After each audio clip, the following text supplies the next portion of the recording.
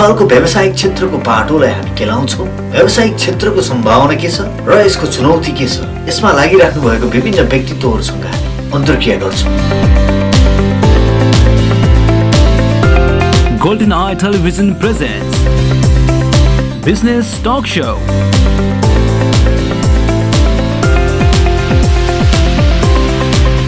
नमस्कार दर्शकबिन, कार्यक्रम बिजनेस टक सोमा स्वागत छ। म कार्यक्रम प्रस्तुत सुभाष सापकोटा यति बेला उपस्थित भइसकेको छु। औपचारिकता भित्रको अनौपचारिकता, अनौपचारिकता भित्रको औपचारिकता, अनुसन्धानले खारेको विषय र विषयले छनौट गरेको व्यक्तिमाझ हामी कुराकानी गर्दै आइरहेका छौँ। कार्यक्रम बिजनेस टक सोमा विशेष गरी कोभिडले गर्दाखेरि समस्त विश्व जगत नै आक्रान्त छ। यति बेला समस्त व्यावसायिक क्षेत्र पाटो नै एकदमै खत्तम बनाइरहेको छ। सो यसै क्रममा आज मैले यस प्रोग्रामको श्रृङ्खलामा आज मैले स्टुडियोमा निम्ताएको छु। हामीसँग हुनुहुन्छ पर्यटन व्यवसायी यानि कि ट्यान पश्चिम अञ्चलको अध्यक्ष सुशील राज पौडेलजी हुनुहुन्छ। विशेष गरी आज म उहाँसँग पद मार्गका आयामहरू के कस्ता छन्, यसका चुनौतीहरू के कस्ता छन्, उहाँको कार्यकाल कस्तो भइरहेको छ र उहाँले जुन बुन्नुभएको ती सपनाहरू साँच्चै के पुरा हुन सके त र कति हुन बाँकी छन्, यिनै प्रसङ्गमा रहेर म कुराकानी गर्नेछु। सो इन्जोय द टक र म अतिथिलाई स्वागत गर्न गइरहेको छु यति बेला। सुशीलजी, कार्यक्रममा स्वागत छ। धेरै धेरै धन्यवाद सुभाषजी। के छ, आराम हुनुहुन्छ? ठिकै छ सर। पक्कै पनि यद्यपि अहिले हामी कोभिड-19 को एउटा लहरमा छौँ सर, एउटा दोस्रो चरणमा पनि छौँ सर। एउटा यस्तो लाग्छ समस्त विश्व जगत एउटा धौधौ अवस्थामा छ सर। हजुर। कसरी सास फेर्ने, एउटा सारा देशको बिजनेसको एउटा चाहिँ अर्थतन्त्र लङ्गडो भइरहेको छ। यो भए तापनि यसको बावजुद पनि जुन तपाईँहरूको एउटा नारा छ, जुन नो भ्याक्सिन नो टुरिज्म नारा लिएर हिँडिराख्नु भएको छ अगाडि, र यसका मुद्दाहरू कति अगाडि गइरहेछन् र कति हुन बाँकी छन् सर? धन्यवाद सुभाषजी। पक्कै पनि यहाँले बुझे जो अनुसार, यहाँले भनेअनुसार नै विश्व जगत नै कोरोनाबाट आक्रान्त छ। हामी पनि अछुतो रहन सकेनौँ त्यसमा पनि। विशेष गरी 2019देखि नै जब कोरोनाको सुरुवाती भयो त्यो बेलादेखि नै पर्यटन क्षेत्रमा यसको असर देखिन थाल्यो र हामीहरूले पनि नेपालमा त्यसको प्रत्यक्ष रूपमा असर भोग्यौँ। किनभने अन्तर्राष्ट्रिय मानव आवत जावतबाट सञ्चालन हुने क्षेत्र पर्यटन भए हुनाले पनि अन्तर्राष्ट्रिय जगत जब पहिलो चाहिँ चपेटामा पर्न थाल्यो, त्यस पछाडि नै भ्रमणका कार्यक्रमहरू रद्द भए। त्यस पछाडि नै बिस्तारै चाहिँ अब यसले चिन्ताको विषय बन्न थाल्यो, व्यावसायिक चिन्ताको विषय बन्न थाल्यो, पेसागत चाहिँ व्यक्तिहरूको चिन्ताको विषय बन्न थाल्यो र आजसम्म आइपुग्दाखेरि अब लगभग करिबन 2 वर्ष हुन आँट्यो। व्यवसाय आक्रान्त छ, पर्यटन क्षेत्र ठप्प छ, पदयात्रा क्षेत्रहरू पनि सम्पूर्ण क्षेत्रहरू ठप्प छन्। अहिलेको चाहिँ अपरिहार्यता भनेको विगतदेखि नै आजसम्म हामीले चाहिँ अब सर्भाइभ कसरी गर्न सकिन्छ, किनभने विस्थापित हुनु भएन, हामी अब व्यवसायहरू विस्थापित हुनु भएन भन्ने हिसाबले नै पहिला सर्भाइभ गरौँ, त्यस पछाडि हामी सस्टेन हुन्छौँ, त्यस पछाडि हामी बिस्तारै रिभाइभ गर्नु पर्ला भन्ने हिसाबको त्यो मोडालिटीमा थियौँ। र पछिल्लो समयमा गएर अब यो विज्ञानको आविष्कारबाट खोपको चाहिँ विभिन्न आविष्कारहरू बढ्दै गयो र खोपले पनि सबैतिर खोपको उपलब्धता हुँदै गयो र हामीले भन्यौँ अब जति सक्दो छिटो, किनभने खोपलाई नै विश्व जगतले एक्सेप्ट गरेर यसलाई विश्वसनीयतामा लिएको हुनाले अब खोपको सुनिश्चितता नभएसम्म अथवा हामी चाहिँ प्रोटेक्टेड छौँ, हाम्रो समाजलाई हामीले प्रोटेक्सन गरेका छौँ, हामी सबै सुरक्षित छौँ, हामी सेवा प्रदान गर्नका लागि, सेवा प्रवाह गर्नका लागि कुनै पनि पर्यटकहरूलाई बिना हिचकिचाहट तपाईँहरू नेपालको भ्रमण गर्न सक्नुहुन्छ, तपाईँ पदयात्रा क्षेत्रको भ्रमण गर्न सक्नुहुन्छ भन्ने सुनिश्चितता दिलाउनका लागि नै हामीले खोप अभियानमा अग्रसरता लिएका हौँ। त्यसकारण हामीले भन्न खोजेको नो भ्याक्सिन नो टुरिज्मको नारालाई अब भनिँदाखेरि त्यसरी भनिए तापनि भ्याक्सिनबाट सुनिश्चितता भयो भने मान्छेहरूमा, व्यवसायहरूमा र सम्पूर्णमा आत्मबल बढेर आउँछ। किनभने भ्याक्सिनबाट प्रमाणित भएका कुराहरू पनि छन्। त्यसले चाहिँ तपाईँको चाहिँ एउटा ह्युमन सिस्टमदेखि लिएर तपाईँको बडीमा चाहिँ अलिक प्रोटेक्ट गर्ने कुराहरूदेखि लिएर त्यसकारण पनि त्यसको सुनिश्चितता हुन सक्यो भने हामीले चाहिँ विश्व बजारको ध्यान आकर्षण छिटोभन्दा छिटो गर्न सक्छौँ होला र चाहिँ पर्यटक आगमन फेरि चाहिँ बढाउन सक्छौँ भन्ने उद्देश्यले नै अब भ्याक्सिनको सुनिश्चितता गराएर नै पर्यटन क्षेत्रलाई चलायमान बनाउन हामीलाई सहज पुग्छ, छिटो हुन्छ, यसको उद्देश्य त्यही नै थियो खास। पक्कै पनि सर, कतिपय तपाईँहरूको साथीहरूले पर्यटन व्यवसायहरू जति पनि हुनुहुन्छ उहाँले खोप पहिलो चरणको खोप लगाइसक्नु भएछ। सो यो लेभलप्रति जुन खोप लगाउने एउटा जुन परम्परागत तरिकाले चलिरहेको छ एउटा सिस्टम छ सर, होइन? कि साँच्चै तपाईँ सन्तुष्ट हुनुहुन्छ सर, र कि खोपले नै समस्त जस्तो पर्यटन व्यवसायलाई फेरि माथि उकास्न सहज वातावरण बनाउला त सर? अब यो खोप भनेको एउटा मैले अघि भने यसले आत्मविश्वास बढाउने, आत्मबल बढाउने, मान्छेलाई मोटिभेट गर्ने र सँगसँगै यसको केमिकल इफेक्टहरू ल तपाईँको प्रोटेक्सनको कुराहरू त अब विज्ञानले प्रमाणित गर्ने कुराहरू हुन् ती भनेका, ती हामीले भन्दा पनि। तर हामीले चाहिँ यो कस्तो रहेछ भने तपाईँ कहीँ भ्रमणमा जाँदै हुनुहुन्छ भने तपाईँको विश्वासमा त्यो खोप छ भने तपाईँले त्यसलाई विश्वास गर्नुहुन्छ कि।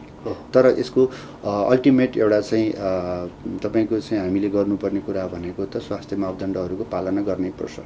जसरी अहिले विश्वले भनिरहेछ, अहिले फेरि तेस्रो भेरिएन्टको परिचक्रमा हामी परिरहन खोज्या हो कि भन्ने खालको आजको दिनमा वातावरण देखिया छ।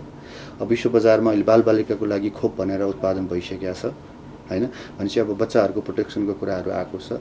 भनेपछि अब मान्छेले यात्रा तय गर्ने दिन कहिले आउने हो त नि, र के को सुनिश्चितता भयो भने मान्छेले यात्राको लागि सहज वातावरण बनाउँछ भन्ने खोजी नै हुनुपर्छ। किनभने अब खोपलाई अब अमेरिका, अब युरोप अमेरिकाको बजारमा हेरियो भने अब त्यहाँ खोपको अभाइबिलिटी छ, प्रशस्तै मात्रामा छ। तर त्यहाँको नागरिकहरूले अब त्यो कहिले चाहिँ एउटा अमेरिकाको उत्पादित एउटा खोपको बारेमा पनि अलिकति त्यो खालको चाहिँ म्यासेजहरू पढ्न पाइयो हामीले। भनेपछि अब खोपलाई नै खास विश्वसनीयताको आधारमा कस्तो वर्गले के का आधारमा कसरी लिइरहेका छन् भन्ने कुरा मुख्य कुरा पनि छ उहाँहरूको हिसाबमा चाहिँ। तर हामीले विश्वास गर्ने, हामीले मान्ने भनेको त विज्ञानले आविष्कार गरेर प्रमाणित गरेका कुराहरू, WHO ले प्रमाणित गरेका कुराहरू र सम्बन्धित निकायबाट प्रमाणित भएर अब यसको प्रयोगमा समस्या छैन र यसले यो कुराहरूको सुनिश्चितता गर्छ र तपाईँहरूलाई सुरक्षित गर्न मद्दत पुर्याउँछ भन्ने आधारलाई हामीले आधार मान्ने हो। हामीले त्यो विश्वास गरेर यो प्रक्रियालाई अगाडि बढायो। अब यो वितरण प्रणालीको कुरामा त अब नेपाल सरकारले पक्कै पनि अब आफ्नो बलबुत्ताले भ्याएसम्म लागिरहेकै होला आफ्नो सम्पूर्ण नागरिकहरूलाई चाहिँ खोपको सुनिश्चितता गर्नुपर्छ भन्ने हिसाबले। बालबच्चाको विषयहरू पनि अहिले पछिल्लो समय जोडिएको छ। यद्यपि अब पर्यटन क्षेत्रलाई खोल्नका लागि अब हामीले अस्तिका दिनमा केही मात्रामा भ्याक्सिन प्राप्त गऱ्यौँ। अब पर्यटन क्षेत्रलाई भनेर चाहिँ पोखराकोमा, अथवा यो पोखराको मात्रै भन्छु म आजको दिनमा चाहिँ, किनभने 2500 खोपको चाहिँ उपलब्धता हामीलाई भएको थियो। त्यो चाहिँ एउटा पिनट भ्याक्सिन जस्तो मात्रै भयो हुनाले त्यो नै हाम्रो चाहिँ साध्य थिएन, एउटा सुरुवाती मात्रै थियो भन्ने हाम्रो बुझाइ हो। के भन्छ ती कुराहरूबाट कतिको जस्तो पर्यटन व्यवसायहरू कतिको एउटा चाहिँ भनौँ न लालायित हुनुहुन्छ सर, जस्तो जुन पहिलो डोजको खोपप्रति उहाँहरू कस्तो चाहिँ आशा व्यक्त गरिराख्नु भएको छ, जति पनि तपाईँहरूको पर्यटन व्यवसाय साथीहरू हुनुहुन्छ सर, कस्तो पाउनुहुन्छ? होइन, यो खोप वितरण प्रक्रियामा त अब हामी सबैले बुझेका कुरा हो। नेपाल सरकारले उमेर समूहको चाहिँ एउटा जुन हदबन्दीबाट प्रक्रियागत रूपमा सुरु गरे तापनि अब कुन हदसम्म चाहिँ यो खोपको चाहिँ वितरण प्रणाली भएको छ भन्ने कुरा त सायद मैले भनिरहनुपर्छ जस्तो लाग्दैन। सबैले सबै क्षेत्रबाट बुझेको विषय हो यो। अब त्यही भएर पनि मैले बेला बेलामा भन्थेँ, अब भ्रष्टाचार भनेको कुरा, अनियमितता भनेको कुरा नगदमा मात्रै हुँदैन, हरेक क्षेत्रमा हुन्छ। अब यो खोपमा पनि खोप वितरण प्रक्रिया र प्रणालीमा अनियमितता भएको हो भन्ने हामीले देखेका कुरा बोलिदिने हो हैन। त्यसकारण पनि अब प्राथमिकताको आधारहरू आउँदै गयो हैन। अब भोलि तपाईँको 18 देखि 40 वर्षसम्मको उमेर समूहको मानिसहरूलाई खोप लगाउने भन्दाको दिनमा मान्छे नपाइने जस्तो अवस्था हामीले देखेका छौँ। किनभने त्यो वर्गहरूले अब त्यो हिसाबबाट लागिसक्नु भएको होला। यद्यपि अब हामीले चाहिँ अहिले खोपको सुनिश्चितता भनेको एउटा के रहेछ भने मान्छेलाई आत्मबल बढाउने, मोटिभेट गर्ने, इन्सपायर गर्ने र चाहिँ हामी सुरक्षित छौँ। तर त्यसको मतलब यो होइन कि नेपाल सरकारले जारी गरेका स्वास्थ्य मापदण्डहरू, WHO को स्वास्थ्य मापदण्डहरू पालनै नगर्ने, मास्कै नलाइ हिँड्ने अथवा अलिकति चाहिँ हेलचक्राइ गर्ने भन्ने चाहिँ पक्कै होइन। तर त्यो भइसके पछाडि हामीमा आत्मबल बढ्छ, हामी अलि ढुक्कका साथ त्यसले चाहिँ एउटा मान्छेलाई चाहिँ भित्रैदेखि चाहिँ मोटिभेट गर्न सजिलो गर्छ, काम गर्न सजिलो गर्छ, पर्यटन क्षेत्रलाई चलायमान बनाउन सजिलो गर्छ। अलि ढुक्कसँग हामीले अन्तर्राष्ट्रिय क्षेत्रमा पनि हामी अब चाहिँ तपाईँहरूलाई सेवा दिन तयार छौँ, हामी सबै चाहिँ भ्याक्सिनेटेड छौँ भन्ने त्यही नै हो उद्देश्य यसको। अघि पनि सर जस्तो झन्डै यो कोभिड-19ले एट्याक गरेको पनि झन्डै 1.5 वर्षभन्दा बढी हुन लागिसक्यो सर होइन। हजुर, कस्तो लाग्छ सर तपाईँलाई पर्यटन व्यवसायहरू कस्तो छन् सर अहिले? यस्तो लाग्छ हेर्दाखेरि चाहिँ जुन पानी बिनाको गाग्रीको के महत्त्व जस्तो भइरहेछन् सर, जस्तो जहाँ चाहिँ पर्यटनको आगमन हुन्थ्यो त्यो भइरहेको छैन सर होइन। जस्तो यसलाई अब आउने दिनहरूमा सर जस्तो हामीले भ्याक्सिनको कुरा त गरियो सर, पहिलो डोज सेकेन्ड डोज हामी लगाइहाल्यो सर, सो यसलाई पिकअप लिनको लागि चाहिँ कस्तो खालको स्ट्राटेजी अप्नायो भने बेटर होला सर अब आउने दिनहरूमा? अब यस्तो छ, अब भ्याक्सिनका यो जुन प्रक्रियामा गइसकेका छ, अब नेपाल सरकारले ल्याउँदै गर्छ, नागरिकले लाउँदै गर्नुहुन्छ, व्यवसायले लाउँदै गर्नुहुन्छ। अब यो प्रक्रियागत रूपमा जाला आशा गरौँ।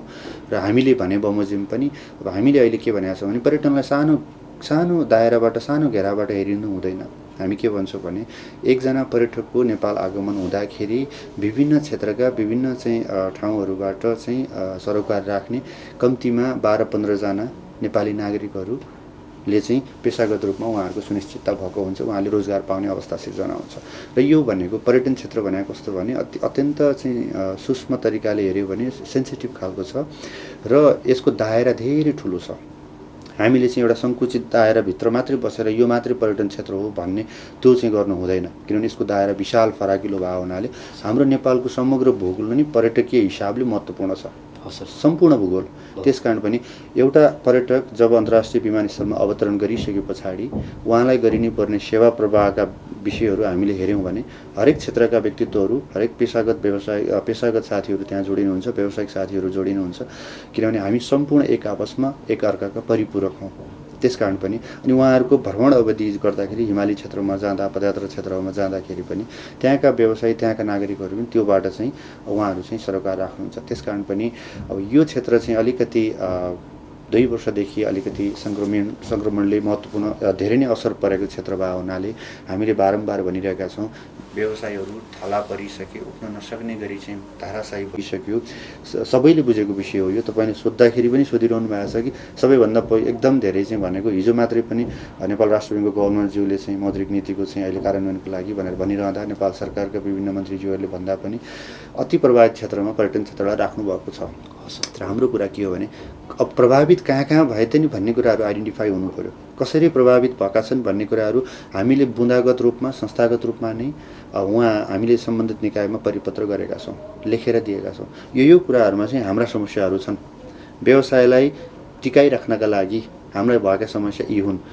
भाडा तिर्नुपर्ने समस्याहरू, व्यवसायिक कर्जाका समस्याहरू छन्, ब्याजका कुराहरू छन्, हामीलाई पुनर्कर्जा गरिदिनुपर्छ, पुनर्तालिका गरिदिनुपर्छ, यो आधारमा यो अवधारणामा गरिदिनुपर्छ भनेर हामीले मागपत्रहरू, किनभने त्यसको प्रत्यक्ष सरोकार राख्ने भनेको त सबैभन्दा पहिला मौद्रिक नीति नै हो।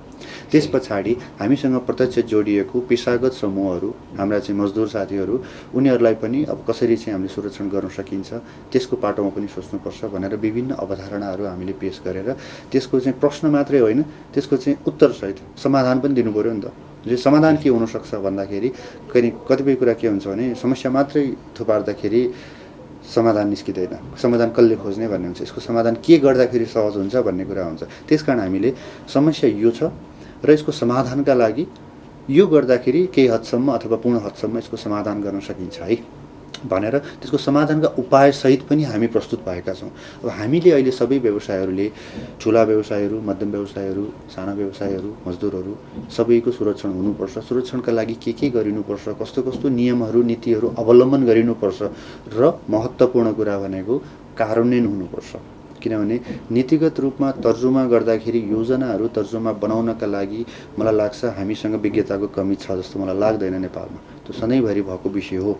तर हामीमा खड्केको विषय भनेको जहिले पनि, चाहे चाहिँ राज्य सञ्चालनका विषयहरू हुन्, चाहे व्यावसायिक क्षेत्रका कुराहरू हुन्, चाहे प्रशासनिक क्षेत्रका कुराहरू हुन्, हामीसँग ल्याकिङ भनेको मैले देखेको अहिलेसम्म चाहिँ कार्यान्वयन पक्ष नै हो। जब हामी कार्यान्वयन गर्न नसक्ने छौँ भने ती योजना हामीले बनाउने होइन। जब हामीले यो त्यसकारण पनि यो व्यवसायका समस्याहरू समाधान गर्नका लागि हामीलाई चाहिँ तपाईँको जति पनि गर्न सकिन्छ भने सकिन्छ, सकिन्न भन्ने प्रयासरत रूपमा चाहिँ गर्नु स्वाभाविक हो। यद्यपि नसक्ने कुराहरू छ जस्तो त हामीलाई लाग्दैन, किनभने व्यावसायिक सुनिश्चितताका लागि हामीले पहल गरे हो।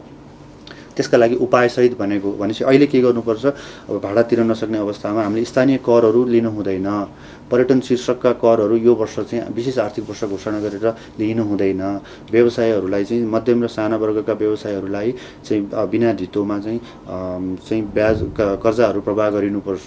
तपाईँको बिना ब्याजमा पनि गर्नुपर्छ केही हदसम्म, त्यसको प्रकृति हेरिकन। अनि ठुला व्यवसायहरूको अथवा चाहिँ मध्यम व्यवसायहरूको रिफाइनेन्सिङको कुराहरू अतिसक्दो छिटो लागू गर्नुपर्छ, रिसेड्युलिङहरू गर्नु पर्यो भनेर अब हिजो नेपाल राष्ट्र ब्याङ्कको गभर्नरज्यूबाट केही हदसम्म त्यसलाई सम्बोधन हुन थालेको छ। अब हेरौँ यसमा फेरि के बाजिन्छ भने अलिकति अब वित्तीय क्षेत्रहरूको सहकार्यमा यो कसरी इम्प्लिमेन्टमा आउँछ भन्ने कुरा महत्त्वपूर्ण कुरा हो। ओके भने सुशीलजी, जस्तो केही समय त जस्तो बाह्य पर्यटकहरू आउनको लागि त हम्मे पर्छ सर, विशेष गरी यो कोभिडको एउटा प्रभाव पनि छ सर, एउटा चापमा परिरहेको छन् समस्त मानिसहरू सर विश्व जगतकै। जस्तो आन्तरिक पर्यटकलाई नै विशेष गरी फोकस एउटा प्राथमिकता पार्नको लागि चाहिँ कसरी हामी अगाडि बढ्दा ठिक हुन्छ होला सर?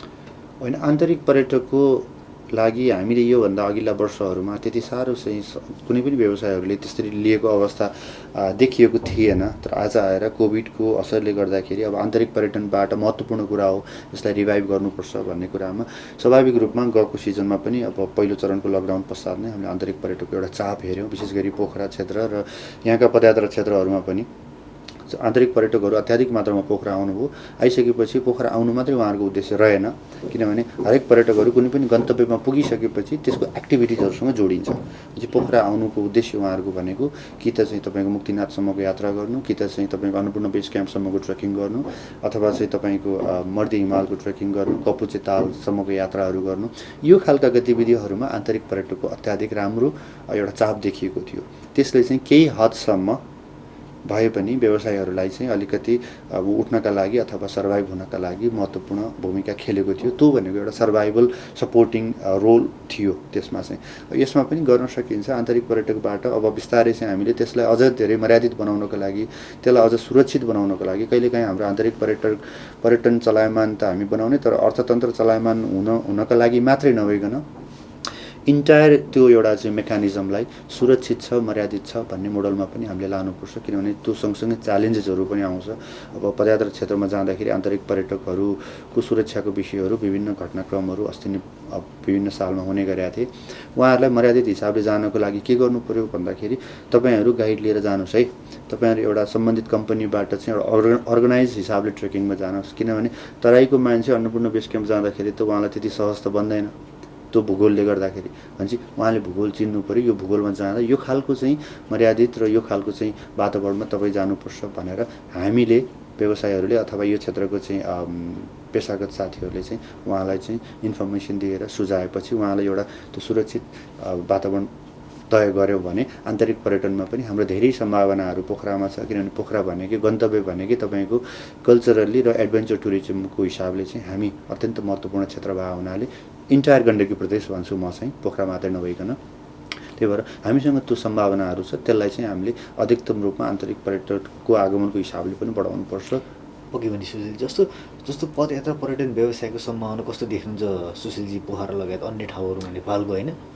अनि यो पदयात्रा पर्यटनको कस्तो देख्ने भन्ने कुरा त अब हामी यो क्षेत्रको व्यवसायीहरू भइसकेपछि, यही क्षेत्रमै नेतृत्व गरेर आइसकेपछि र हामीले त नबुझ्ने त कुरै भएन। तर हामी भन्न के चाहन्छौँ भने त्यो एउटा मेसेज दिनु पनि के हुन्छ भने, हुन त नबुझ्नु भएको त छैन होला सायद, नेपालको पर्यटनको इथिक्स भनेको, नेपालको पर्यटनको महत्त्वपूर्ण विङ्स भनेको के हो भन्दाखेरि नै त्यो नै पर्वतीय पर्यटन हो, त्यो नै पदयात्रा पर्यटन हो जस्तो हाम्रो बुझाइ हो। जस्तै हाम्रो हिमालहरूको इतिहासले जोड्दाखेरि होइन, नेपालमा पर्यटकहरूको आगमन किन हुन्छ, के का लागि अन्तर्राष्ट्रिय पर्यटन नेपाल आउँछन् भन्ने कुरा महत्त्वपूर्ण कुरा हो। त्यसमा नै जाने बित्तिकै हामी कुरा के आउँछ भने हिमाल आरोहणका लागि, पदयात्राका लागि आउने मेजोरिटी अफ टुरिस्ट भनेकै अन्तर्राष्ट्रिय क्षेत्रबाट आउने भनेकै मलाई लाग्छ पदयात्राका लागि, हिमाल आरोहणका लागि हो। र आइसके पछाडि अन्य सम्भावित गतिविधिहरू गर्नु भनेको स्वाभाविक हो, त्यसलाई हामीले स्वाभाविक लिनुपर्छ। त्यस कारण चाहिँ अन्तर्राष्ट्रिय पर्यटकहरू नेपाल आउनुको प्रमुख उद्देश्य भनेकै पर्वतीय पर्यटनका लागि हो भन्ने कुरा त्यो नै हाम्रो महत्त्वपूर्ण र प्रमुख बुझाइ हो। ओके जस्तो मैले कुन आधारमा प्रश्न गरेँ भने सर, जस्तो मान्छेहरू अहिले अलिकति सोखिन भइरहेछन् कि सर। हजुर। जस्तो मानिसहरूसँग एउटा टु व्हिल गाडी छ, फोर व्हिल गाडी छ सर। हजुर। मानिसहरू कस्तो भने जस्तो अब मानिलिनु जस्तो मनोकामनाकै कुरा गरौँ सर, पहिले मानिसहरू हिँड्दै जस्तो एउटा भगवान्को दर्शन गर्न जान्थे सर। अहिले त केबल कारको एउटा भनौँ न सर एउटा चलबल बढिरहेको छ। जस्तो एबिसीकै कुरा गर्दाखेरि जस्तो त्यो डिस्टेन्स कायमका कुराहरू थिए, जस्तो एउटा ट्रेकिङ गर्दै जाने त्यो जुन त्यो दिनहरू पनि छोटिँदै गएको छ कि सर। सो यो कुराले गर्दा पनि अलिकति पिरल्दो हो कि सर यो पदमार्ग पर्यटन व्यवसायहरूलाई? अब यसमा स्वाभाविक रूपमा कुरा के हुन्छ भने दुई थरीको कुराहरू हुन्छ। तपाईँलाई कुनै पनि अप्सनहरू नभएर बाध्यात्मक अवस्थामा गरिरहनु भएको थियो। जस्तै तपाईँ मान्नुहोस् अहिले अब नेपाल सरकारको प्रत्येक जिल्लाको सदरमुकामलाई मोटर बाटोबाट जोडिनुपर्छ भन्ने कुराहरू हो, विकासको योजना हो, त्यो स्वाभाविक हो। अब हामीले त्यसको विकास योजनाको बाधकमा अथवा विरोधमा त हामी कहिले बोल्नेवाला छैनौँ, बोल्नु पनि हुँदैन, हामी पनि नागरिक हो। किनभने हरेक नागरिकहरू नेपाल सरकारको हरेक सेवा सुविधाबाट सुसूचित हुनुपर्छ, लाभान्वित हुनुपर्छ, स्वाभाविक कुरा हो। तर हाम्रो उद्देश्य मात्रै के भने बाध्यात्मक अवस्थाले हुनु र पर्यटक बनेर नेपाल किन आउँछ भएका सबै सेवा सुविधाहरू एउटा पर्यटक झोला बोकेर नेपाल आइसके पछाडि उसको उद्देश्य के बनाएर आएको हुन्छ भने म नेपाल जान्छु, एउटा ब्याकप्याक झोला बोकेर आएको हुन्छ, उदाहरणलाई उसँग म्याप हुन्छ, म यो क्षेत्रको पदयात्रा गर्छु भने उसको उद्देश्यमै त्यो डिजाइनमै तपाईँको चाहिँ पदयात्रा गर्छु भन्ने भइसकेको हुन्छ होइन। तर त्यो भइरहँदा हिमाल चढ्ने मान्छेलाई तपाईँले चाहिँ हिमालसम्मै गाडी पुर्याउँछु भनेर ऊ आफै चाहेर पनि जाँदैन कि। भनाइ मतलब के भने अब हामीले कुन कुन उद्देश्यको लागि कुन कुन सेक्टरमा क्याटेगोराइज गर्ने, जस्तै मनोकामना तपाईँले उदाहरण भन्नुभयो, त्यसमा त्यो मनोकामना भनेको एउटा पिलग्रिमेजको लागि र नेपाली हाम्रो चाहिँ धर्मावलम्बीहरू एउटा दर्शनार्थीहरूको लागि टार्गेटेड गरिएको विषय थियो। त्यहाँ जति धेरै सेवा सुविधा भयो, किनभने बुढाबुढीहरू 50भन्दा माथिको 60-70 वर्षको चाहिँ आमाहरू बुवाहरू पनि त्यहाँ चाहिँ दर्शनको लागि जाने हुनाले उहाँहरूलाई नेपालभित्रकै अब त्यो डाँडा काँडामै जन्मिनु भए हुर्किनु भएलाई त ट्रेकिङ भनेको चाहिँ त्यो सान्दर्भिक भएन। उहाँलाई त हिँडेर पनि बाध्यात्मक थियो, त्यो एउटा वातावरण बन्नाले उहाँलाई सहज बन्यो। त्यसरी हेरिनुपर्छ जस्तो लाग्छ। अब अरू अन्य हकमा त्यहाँ जाने पर्यटकको हकमा हामी अन द वे इन रुटमा त्यसलाई भिजिट गर्दाखेरि समय पाबन्दीको हिसाबले एउटा सानो भिजिट गरिहालौँ नि त भन्ने पर्यटकीय उद्देश्यले गर्ने चाहिँ त्यो खालको पर्यटकहरूले पनि त्यसरी केबल कारको अथवा अन्य चाहिँ सुविधाहरूको प्रयोग गर्नुहुन्छ होला। तर इन्टायर हाम्रो चाहिँ भन्न खोजेको चाहिँ के भने मान्छे जुन उद्देश्यका लागि भ्रमणमा निस्किया हुन्छ त्यो मान्छेले पक्कै पनि त्यो उद्देश्य पुरा गरेर छोड्छ। र अहिले बाधक भने के चाहिँ हो भने तपाईँले भनेको सुविधा एकातिरको बाटो हुन्छ, तर हामीले के गरिरहेछौँ भन्ने कुरो महत्त्वपूर्ण कुरा हो। अब अहिले मोटर बाटोको कुराहरू हामीले मोटर बाटोलाई वैकल्पिक चाहिँ तपाईँको चाहिँ विकासका रूपमा लिएर प्रमुख विकासको एजेन्डा त हो, तर त्यसलाई पैदल यात्राका क्षेत्रहरू मोटर पदयात्रा क्षेत्रहरू नमासिने गरी वैकल्पिक रूपमा चाहिँ अन्य अल्टरनेटिभ वेबाट लान सकेको भए राम्रो हुन्थ्यो। किनभने प्यारलली चाहिँ मेरो भनाइ मतलब गरी एउटा काम गर्दाखेरि अर्को कामलाई डिस्ट्रोय नगर्नु पाए भए हुन्थ्यो, त्यसलाई चाहिँ अलिकति नबिगार्नु पाएको भए हुन्थ्यो, दुइटै सुरक्षित हुन्थ्यो नि त। भनेपछि अहिले के भयो भने एउटा भइरहेको चिजलाई हामीले डिस्ट्रोय गऱ्यौँ, मास्यौँ र अर्को नयाँ संरचना ल्याएर थप्यौँ। अब भइरहेको पुरानो त्यो हाम्रो चाहिँ एउटा चाहिँ त्यो खालको महत्त्वपूर्ण चिजलाई हामीले गुमायौँ। अब त्यसका लागि हामीले फेरि प्रयास गर्दाखेरि फेरि कति दशक लाग्छ भन्ने कुरा हो कि। त्यस कारण चाहिँ काम गर्दाखेरि कुनै पनि काम गर्दा एउटा चिजले अर्को चिजलाई हार्म नगरोस् भन्ने मोडालिटीमा भयो भने त्यसले चाहिँ दीर्घकालीन रूपमा चाहिँ राम्रो कुरा हुन्छ भन्ने नै हो। पक्कै पनि सर, जस्तो टाइम पश्चिमाञ्चलको एउटा अध्यक्षको रूपमा तपाईँ नेतृत्व गरिराख्नुहुन्छ सुशीलजी, सो यस्ता कुराहरूलाई तपाईँ के छ अब आफ्नो एउटा आवाजद्वारा चाहिँ कतिको बुलन्द गराइराख्नुभएको छ र कस्तो खालको प्रपोजलहरू तपाईँले पेस गरिराख्नु भएको छ? होइन, हामीले त बारम्बार भनिरहेछौँ सुभाषजी, किनभने पदयात्रा क्षेत्र जोगाउनुपर्छ, पदयात्राको इथिक्स बुझ्नुपर्छ नेपाल सरकारले पनि सम्बन्धित ठाउँहरूले पनि। किनभने विकास गर्ने न्युमा हामीले चाहिँ हाम्रा संरचनाहरू भत्काउनु हुँदैन, हाम्रो चाहिँ प्राकृतिक स्रोतहरूलाई बिगार्नु हुँदैन। तपाईँको प्रवर्धन गर्नु भनेको पनि विकास गर्नु हो र यसको चाहिँ संरक्षण गर्नु भनेको पनि प्रवर्धन गर्नु हो र विकास गर्नु हो भन्ने हामीले बुझ्नुपर्छ। अन्तर्राष्ट्रिय जगतमा नेपालको पहिचान भनेको अहिलेको अवस्थामा आजको दिनसम्ममा तपाईँको विगत चाहिँ कैयौँ दशकदेखि आजसम्म आउँदाखेरि हाम्रो पर्यटकीय हिसाबले पर्यटकीय माध्यमबाट हाम्रो पहिचान, हाम्रो चाहिँ जुन एउटा छाप बसिसकेको छ, के का लागि बसेको छ, के का कारणले बसेको छ। हामी सगरमाथाको कुरा गर्छौँ, हामी धौलागिरीको कुरा गर्छौँ, हामी माछापुछ्री हिमालहरूको, अन्नपूर्ण हिमालहरूको, हामी मनासलु हिमालको कुरा गरिरहँदाखेरि, हामी हिम श्रृङ्खलाको कुरा गरिरहँदा, हामी पदयात्रा क्षेत्रको चाहिँ त्यत्रो कुरा गरिरहँदाखेरि आखिर यसको इम्पोर्टेन्स के हो, यसको महिमा के हो, यसको इथिक्स के हो भन्ने कुरा बुझ्नु जरुरी छ जस्तो लाग्छ। अहिले सडन समयलाई आजका दिनमा अहिले केही समयलाई हामीले नबुझ्ने, त्यसपछि एउटा सस्तो लोकप्रियताका लागि मात्रै हामीले केही चाहिँ त्यस्ता योजनाहरू ल्याएर ती दीर्घकालीन असर राख्ने कुराहरूलाई डिस्ट्रोय गऱ्यौँ भने यसले दीर्घकालीन रूपमा असर बनाउँछ। भोलिका दिनहरूमा भोलिको चाहिँ जेनेरेसनहरूले पर्यटनको महत्त्व नेपालमा त्यो खालको वातावरण रहन सक्दैन। यसले दीर्घकालीन असर पार्ने हुनाले हामीले यो बेलामा नै अलिकति गम्भीरतापूर्वक सोचेर पर्यटकीय महत्त्व भएका विषयहरूलाई संरक्षण गर्नु नै यसको अपरिहार्यता हो र दीर्घकालीनसम्ममा चाहिँ यसले चाहिँ यसको महत्त्वपूर्ण भूमिका रहन्छ यसको चाहिँ। पक्कै पनि सर, जस्तो हुन त यो ग्याप पनि भयो सर, किनभने जस्तो एउटा पदमार्ग जुन तरिकाले ऱ्यापिड तरिकाले जान पनि धौधौ भइरहेको छ, सम्भव छैन किनभने यो कोभिडले गर्दा सर होइन। यद्यपि त्यो भए बावजुद पनि जति पनि पोर्टर गाइडहरू हुनुहुन्छ, ती मजदुरहरू हुनुहुन्छ सर, तिनीहरूको आवाजलाई तपाईँ कसरी लिनुहुन्छ र जस्तो क्षतिपूर्तिको कुराहरू पनि आउँछन् सर, कम्पेन्सेसनको कुराहरू आउँछन्, सो ती कुराहरूलाई तपाईँ कसरी एडजस्ट गर्दै हुनुहुन्छ सर? होइन, स्वाभाविक रूपमा हामीले चाहिँ पदयात्रा व्यवसायहरू हामी अगाडि बढिरहँदा हामीले मजदुर वर्गका साथीहरूलाई, त्यो क्षेत्रमा लाग्नुभएका साथीहरूलाई पनि सँगसँगै लिएर हिँडेका छौँ। हिजोका दिनहरूदेखि नै हामीले उहाँहरूलाई संरक्षण गर्ने, हामी सँगसँगै लिएर हिँड्ने र दक्ष जनशक्ति बिनाको हाम्रो चाहिँ पर्यटन क्षेत्र हुन सक्दैन भन्ने उद्देश्य हामीले सधैँभरि लिएका छौँ। जनशक्ति बिनाको पर्यटन क्षेत्र सम्भावना छैन। त्यसकारण पनि हाम्रो जनशक्तिहरू दक्ष हुनुपर्छ, स्किल्ड हुनुपर्छ र उहाँहरूले सेवा प्रवाह गर्ने हुनाले उहाँहरूको सेवा प्रवाह गर्ने क्वालिटीमा हामीले चाहिँ अलिकति बढाउनुपर्छ, त्यसको चाहिँ स्किल डेभलपमेन्ट गर्नुपर्छ भन्ने उद्देश्य हामीसँग छ र सँगसँगै त्यो वर्गलाई सुरक्षण गर्नुपर्छ, संरक्षण गर्नुपर्छ र त्यसको हकितका लागि पनि बोल्नुपर्छ भन्ने कुराहरू हामीले सधैँभरि आत्मसात गरिरहेछौँ। त्यसकारण पनि विभिन्न कुराहरूमा हामीले चाहिँ चाहे सरकारसँगको नेपाल टुरिज्म बोर्डसँगको विषयहरू जोडिएका हुन्, चाहे अन्य विषयहरूमा हुन्, उहाँहरूका हकितका लागि हामीले सधैँभरि, किनभने हाम्रो पेसा व्यवसाय सञ्चालन गर्दाखेरि मजदुर बिनाको हाम्रो व्यवसाय नहुने भए हुनाले आफ्ना मजदुरहरूलाई संरक्षण कसरी गर्नुपर्छ भन्ने विषयमा व्यावसायिक हिसाबले अब टानले त्यही माथि संस्थागत हिसाबले हामी सधैँभरि यसमा अनवरत लागिरहेका छौँ। अहिलेको अवस्थामा पनि यो पेन्डेमिकमा चाहिँ बेरोजगार भएको जनशक्तिलाई कसरी चाहिँ हामीले होल्ड गर्न सक्छौँ, विस्थापित हुनबाट कसरी जोगाउन सक्छौँ, उहाँले यही क्षेत्रमा रहिरहनका लागि कस्ता कस्ता खालका कार्यक्रमहरू ल्याउन सकिन्छ भनेर ती विषयमा हामीले नेपाल पर्यटन बोर्डसँग पनि नेपाल सरकारसँग पनि अब यो अल्पकालीन रोजगार सिर्जनाका कार्यक्रमहरू आउँदैछन्, ल्याउँदैछौँ। ती विषयलाई कसरी चाहिँ इम्प्लिमेन्टेसनमा लान सकिन्छ भनेर हामी अहिले त्यही प्रयासरत गरिरहेछौँ। अघि भने कतिपयको रोजगार पनि कमी होला सर होइन, एकदम एउटा भनौँ न आफ्नो एउटा जीविकोपार्जन गर्न पनि धौधौ भइरहेको छ अवस्था पनि छ सर। ती मजदुरहरू सर एउटा ती अवस्थाले गर्दा कतिको पिरल्दो रहेछ। अनि यो चाहिँ पिरलिएको विषय छ। हामीले त अझ के पनि भनिरहेछौँ भने मजदुरहरूलाई तपाईँको चाहिँ अब उहाँहरूलाई पनि कर्जा प्रवाह गर्नु पऱ्यो। हामीले केसम्म भनेको छौँ भने मजदुरहरूलाई उहाँहरूलाई कर्जा प्रवाह गर्नको लागि उहाँको आफ्नो डकुमेन्टेसन नहोला, तर उहाँको गाइडहरूको लाइसेन्स हुन्छ, अब सपोर्टर्सहरूको पनि आफ्नो डकुमेन्ट्स हुन्छ होइन।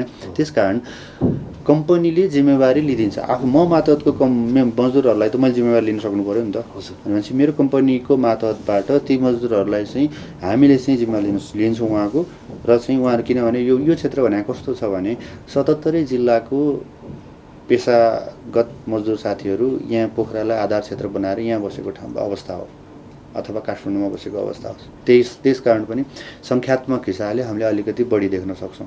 उहाँहरू त अहिले अब आफ्नो घर गाउँमा खेती किसानका लागि जाने, अब अलिकति चाहिँ बारीमा काम गर्ने अथवा खेतीपाती गर्ने साथीहरू त गइसक्नुभयो। यो अवस्थामा यहीँ रहनुभएको विभिन्न पहिलो चरणको लकडाउनमा, दोस्रो चरणको लकडाउनमा परिवारको साथमा घर भाडामा बच्चाहरूसँग यहाँ कोठामा अन्यत्र जाने अवस्था नभएको, अवसर नभएको र वातावरण नभएको मजदुर साथीहरू त कहीँ यहीँ हुनुहुन्छ नि त।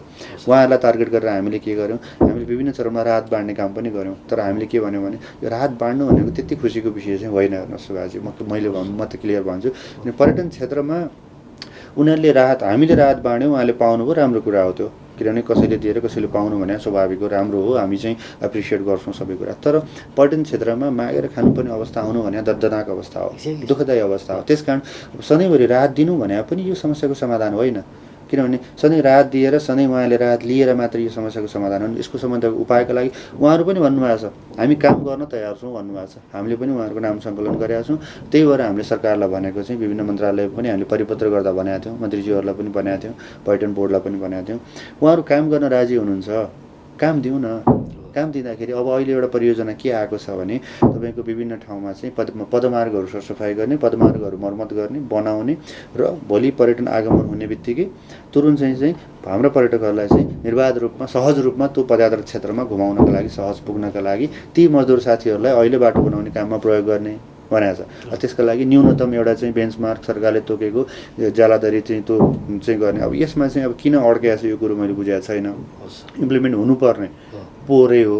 अब पोहोर चाहिँ पाइलट प्रोजेक्टको रूपमा हुने भन्ने कुरा भएको थियो। यद्यपि अब यसमा होमवर्क हुँदैछ। अब यो त्यही भएर मैले के भने नीति योजना आउनु ठुलो कुरो होइन कि इम्प्लिमेन्टेसन ठुलो कुरो। यो नीति आएको, यो कार्यक्रम आएको त 1 वर्ष हो, अब इम्प्लिमेन्ट आजसम्म हुँदैन भने त्यही भएर योजनाहरू जहिले पनि आउँदाखेरि सहज कार्यान्वयन हुने गरी आउनु पर्यो। सरकारका योजना आइसकेपछि अब मौद्रिक नीतिका चाहिँ अब हिजो पनि चाहिँ राष्ट्र ब्याङ्कबाट जारी भएको छ।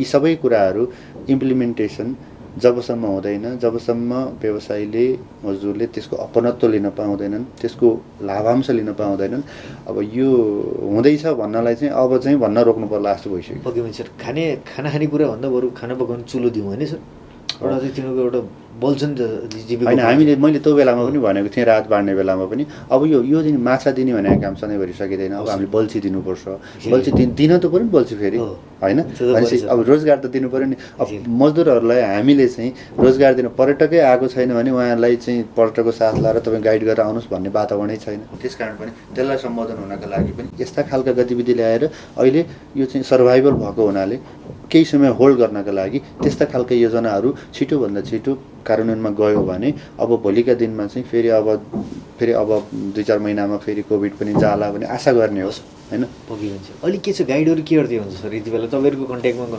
एउटा कन्ट्याक्ट इन टचमा कतिको हुनुहुन्छ सर? होइन हुनुहुन्छ, सबैजना हुनुहुन्छ, हाम्रो सम्पर्कमा हुनुहुन्छ। हामीले उहाँहरूलाई निरन्तर सम्पर्क गरिरहेका छौँ। सबै ट्रेकिङ कम्पनी माताहतका हाम्रा गाइड साथीहरू, तपाईँ हामीले भनिरहेका छौँ ट्रेकिङ कम्पनीका साथीहरूलाई आफ्ना गाइडहरूलाई नियमित सम्पर्कमा रहिरहनु होला, उहाँलाई नियमित राख्नुहोस्। त्यस कारण पनि यो अब अस्तिको पटकको राहत वितरणमा पनि उहाँहरूले गाइडहरूलाई सिफारिस गरेर पठाउनु भयो, त्यही बमोजिम हामीले वितरणहरू गऱ्यौँ, 2-3 चरणमा गऱ्यौँ।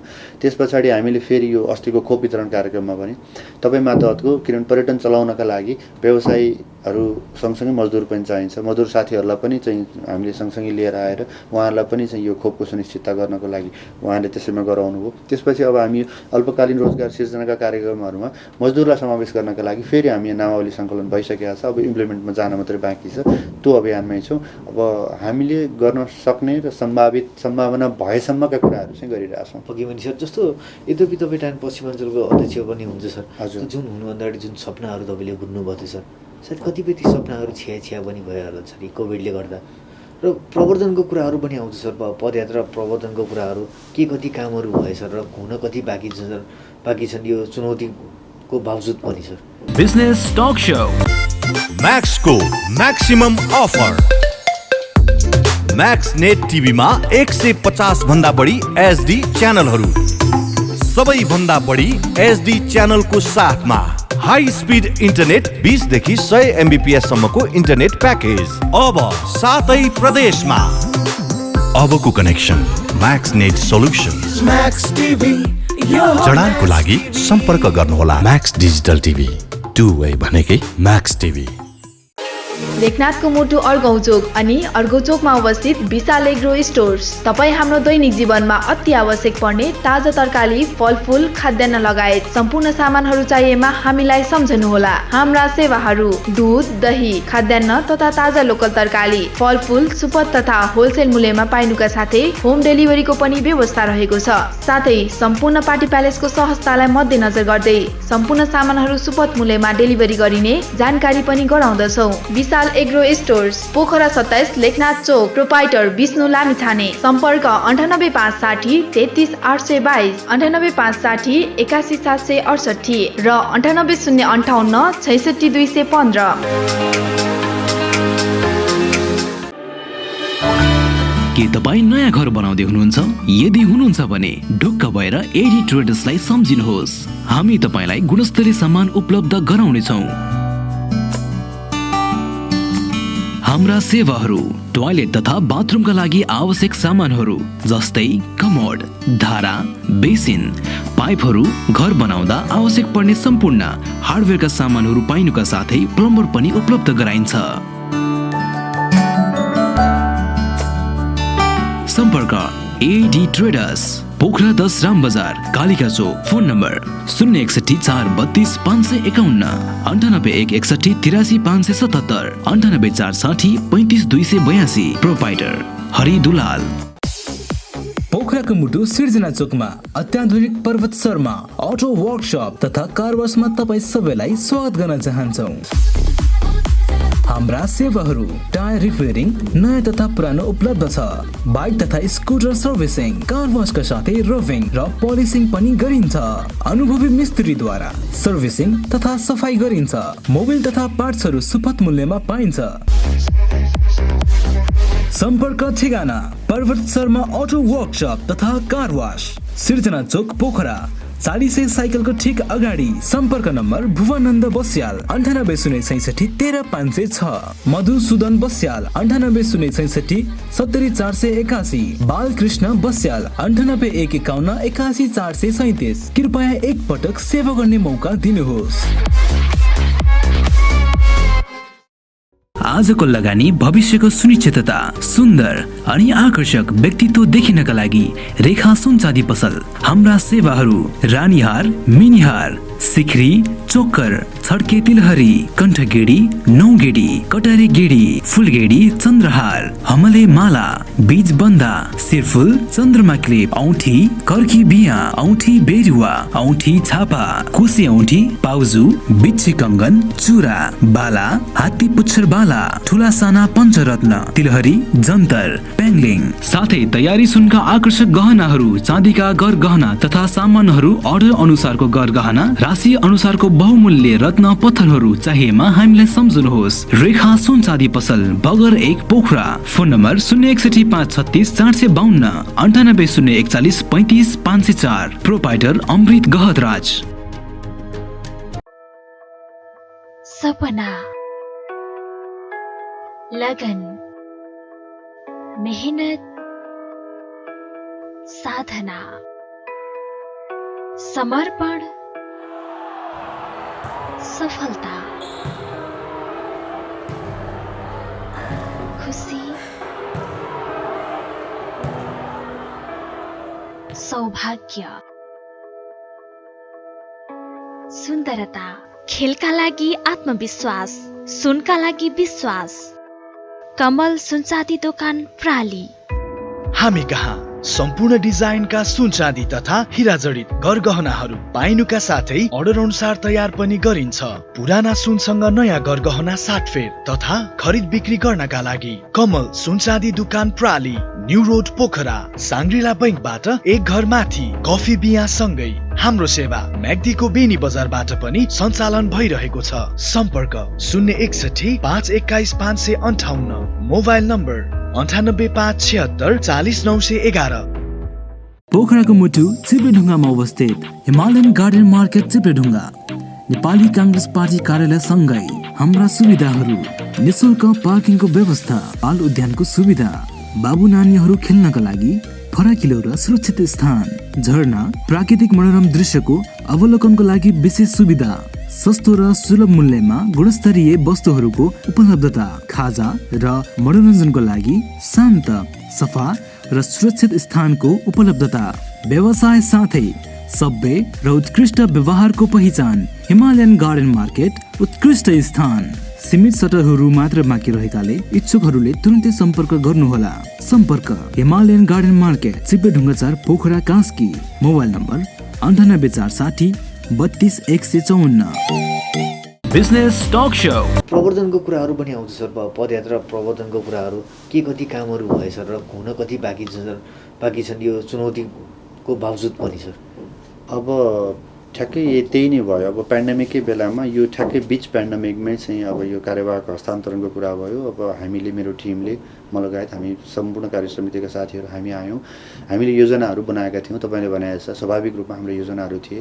हामी समग्र गण्डकी प्रदेशमा नै धौलागिरी हिमालको काखसम्म पुगेर, मनास्लु हिमालको काखसम्म पुगेर, समग्र यतातिर मनास्लुको गोर्खा जिल्ला लगायतलाई समेट्ने, यता चाहिँ तपाईँको धौलागिरीको चाहिँ म्याग्दीदेखि तपाईँको चाहिँ त्यो समग्र जिल्लाहरूलाई समेटेर मनाङ मुस्ताङदेखि अब हाम्रा योजनाहरू थिए। विभिन्न पदयात्रा क्षेत्रहरूमा पुगेर त्यहाँका व्यवसायीहरूसँग समन्वय गरेर हामीले एउटा नमुना प्रदेशको रूपमा पदयात्राका माध्यमबाट नेपालको सबैभन्दा महत्त्वपूर्ण र नमुना प्रदेशको रूपमा त्यसलाई चाहिँ विस्तार गर्ने, प्रवर्धन गर्ने र चाहिँ एउटा चाहिँ क्वालिटी सर्भिस प्रोभाइडिङको हिसाबले पनि जानुपर्छ भन्ने त्यस्ता खालका थिए। अब ती भएका कुराहरू अब अहिले भनेर कामै भएन होइन, किनभने हाम्रा ती योजनाहरूमा अब 1 वर्ष लगभग पुगिसकेको छ हाम्रो।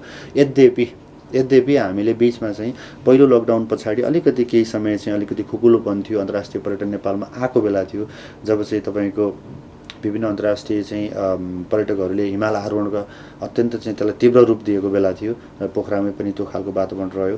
र त्यो बेलामा चाहिँ हामीले त्यो एउटा चाहिँ अवसर, मौका, समय पाउने बित्तिकै कोभिड कोही बेला थियो। यद्यपि अलिकति मन्थनिएको बेला, त्यो बेलामा हामी अन्नपूर्ण नर्थ, जहाँ चाहिँ 1950 मरिस हर्जगले प्रयोग गरेको पदयात्रा मार्ग भएर नर्थ अन्नपूर्ण बेस क्याम्प चाहिँ पुग्यौँ। त्यहाँको चाहिँ त्यो एउटा पदमार्गको प्रवर्धन गऱ्यौँ र हाम्रा व्यवसायी साथीहरू ल यो प्रवर्धन गरिसकिएको छ, यो एक्सप्लोर गरिरहेको छ, यसको अब व्यवसायी साथीहरूले यसलाई बेच्नुपर्छ, यसको पूर्वाधार विकास गर्ने, यसको चाहिँ सम्पूर्ण कुराहरूको चाहिँ त्यसको सहजीकरण गर्ने काम सङ्घले चाहिँ एउटा सङ्घको इनिसिएसनमा हामी सम्बन्धित निकायलाई ध्यानाकर्षण गराएर पर्यटन बोर्डलाई, सम्बन्धित चाहिँ गाउँपालिकालाई, नेपाल सरकारलाई पूर्वाधार विकास र चाहिँ सुरक्षित पदयात्रा गर्नका लागि गर्नुपर्ने आवश्यक कुराहरू हामी गर्छौँ संस्थागत हिसाबले। तपाईँहरूले यहाँ व्यापार अपरेट गर्नुहोस्, आफ्ना पर्यटकहरूलाई त्यो क्षेत्रको भ्रमण गराउनुहोस्, यो भ्रमण गर्नको लागि योग्य पदमार्ग छ भन्यो, हामीले त्यसको मार्केटिङ गऱ्यौँ, त्यसको चाहिँ विभिन्न चाहिँ क्रियाकलाप गरेर आफ्नो व्यवसाय साथीहरूलाई हामीले त्यसको चाहिँ व्यवसायीकरण गर्नका लागि भन्यौँ। त्यस पछाडि अर्को फेरि यता हामीले कोरी ट्रेक भन्ने छ,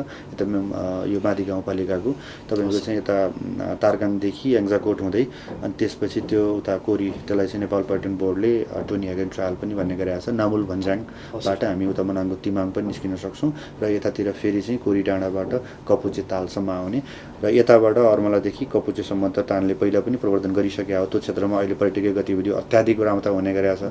अघि तपाईँले भन्नुभयो आन्तरिक पर्यटनको हिसाबले कपुचे ताल भनेको अब अहिले आन्तरिक पर्यटनमा यस्तो राम्रो हुन थालेको छ, जुन आजभन्दा 4 वर्ष अगाडि हाम्रो सङ्घले चाहिँ एउटा सिल्भर जुब्ली 25औं वर्षगाँठ मनाइरहँदाखेरि हामीले प्रवर्धन गरेका क्षेत्र हो। त खाबुचे चाहिँ अहिले बढी फर्स्ट आयो नि सर सिक्लेसको। अब हाम्रो कुरा के हुन्छ भने त्यसलाई चाहिँ त्यसरी गएको चिजहरूलाई अब यसलाई प्रवर्धनको हिसाबले चाहिँ त्यो ठाउँ राम्रो छ, अन्तर्राष्ट्रिय पर्यटकीय हिसाबले पनि हामीले gateway to Kori trek पनि भन्छौँ त्यसलाई, र उताबाट आउँदाखेरि नि त्यो जोडिन्छ। आन्तरिक पर्यटकको हिसाबले संरक्षण गर्नुपर्छ, बचाउनुपर्छ अब त्यस्ता कुराहरूलाई। अब जस्तै मोटर बाटोको कुराहरू छन्, मोटर बाटोहरूलाई कसरी व्यवस्थापन गर्ने भन्ने कुरा स्थानीय निकायहरूले त्यसमा अलिकति होमवर्क गर्नुपर्छ। पदयात्राको महिमा के हो, त्यसको मर्म के हो, भावना के हो, पदयात्राका कारणले त होला नि हिजोको सिक्लेस चाहिँ प्रवर्धन भएको, पदयात्राको कारणले होला ताङतिङ प्रवर्धन भएको। तर आजका दिनमा त्यो कुरा भुलेर मोटर बाटोको चाहिँ अपरिहार्यतामा मात्रै जान थाल्नुभयो भने त्यो चाहिँ एउटा अलिकति गल्ती हुन्छ कि जस्तो हामीलाई लाग्छ। पर्यटन प्रवर्धनलाई पदयात्रा जरुरी छ सर हरेक ठाउँको होइन? पदयात्रा नेपालको भूगोल अनुसारको हामीले पर्यटनको प्रवर्धन गर्ने हो भने पदयात्रा पर्यटन जोडियो भने त्यो भनेको महत्त्वपूर्ण विषय हो। पक्कै पनि सर जस्तो प्रवर्धनको कुराहरू त आयो सर, जाँदै जाँदै प्रवर्धन गर्दाखेरि तपाईँले समस्या पनि धेरै देख्नुभयो नि सर। ती समस्याहरू यसो निहाल्दाखेरि के रहेछ सर? हाम्रो बाटोघाटोको कुराहरू पनि होला, झाडीका कुराहरू कति ठाउँमा झाडी होला नि सर, एउटा सरसफाइको कुराहरू पनि आउँछ, मेन्टेनेन्सको कुराहरू, त्यस्ता समस्याहरू अब यो कुरालाई हामीले व्यावसायिक क्षेत्रबाट संस्थागत हिसाबमा प्रब्लमहरू आइसके पछाडि हाम्रो काम भनेको आइडेन्टिफाई गर्ने, सम्बन्धित निकायलाई यो गरिदिनुहोस् न भन्ने हो खासमा चाहिँ नियमित प्रक्रियामा त होइन। अब हामी व्यावसायिक क्षेत्रका संस्थाहरू पूर्वाधार निर्माणमा आफै खटिने भन्ने होइन। हामीले ती कुराहरू प्रब्लम आइडेन्टिफाई गरेर हामीले व्यवसाय सञ्चालन गर्दाखेरि हाम्रो चाहिँ क्षमताले भेटे अनुसार यो कुराहरू गर्दाखेरि हामीले अझै यसमा चाहिँ पर्यटकीय गतिविधि बढाउन सक्छौँ, पर्यटकको चाप बढाउन सक्छौँ, उहाँहरूलाई निर्वाध रूपमा घुमाउन सक्छौँ र सुरक्षित चाहिँ पदयात्रा गराउन सक्छौँ है भनेर एउटा चाहिँ मेसेज दिने हो। र सम्बन्धित निकायले, स्थानीय निकाय होस्, विभिन्न चाहिँ सरकारका सम्बन्धित निकायहरूले त्यो प्रब्लम आइडेन्टिफाई भइसकेको चिजलाई सम्बोधन गरेर त्यसलाई सुधार गरिदिने हो।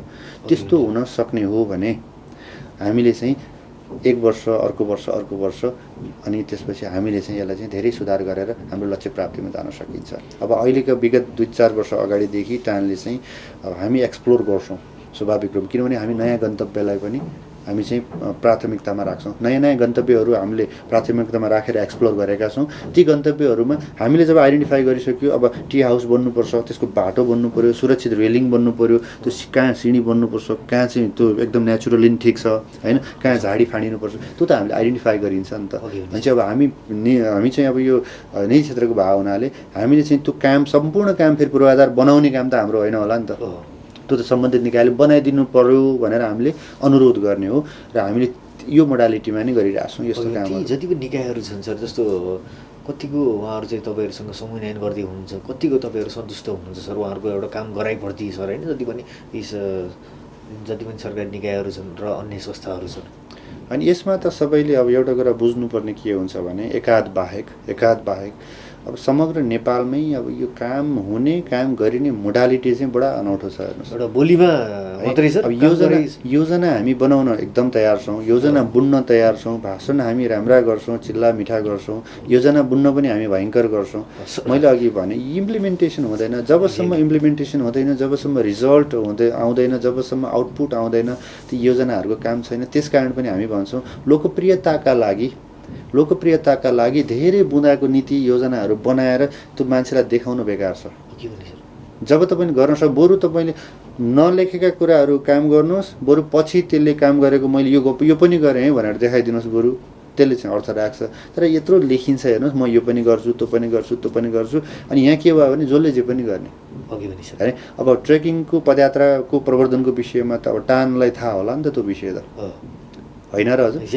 ट्रेकिङको पदयात्रा कसरी सञ्चालन हुनुपर्छ, यो पर्यटन प्रवर्धन कसरी हुनुपर्छ, विभिन्न हिमालका कुराहरू कसरी आउँछन्, पदयात्राको महत्त्व के हो, त्यसमा के कुराहरू गरिनुपर्छ, पर्यटकको रोजाइमा के पर्छ, त्यसको चाहिँ प्रत्येक योजनाहरूमा जति धेरै कुराहरू टानलाई थाहा हुन्छ अथवा टान मातहतको व्यवसायलाई थाहा हुन्छ।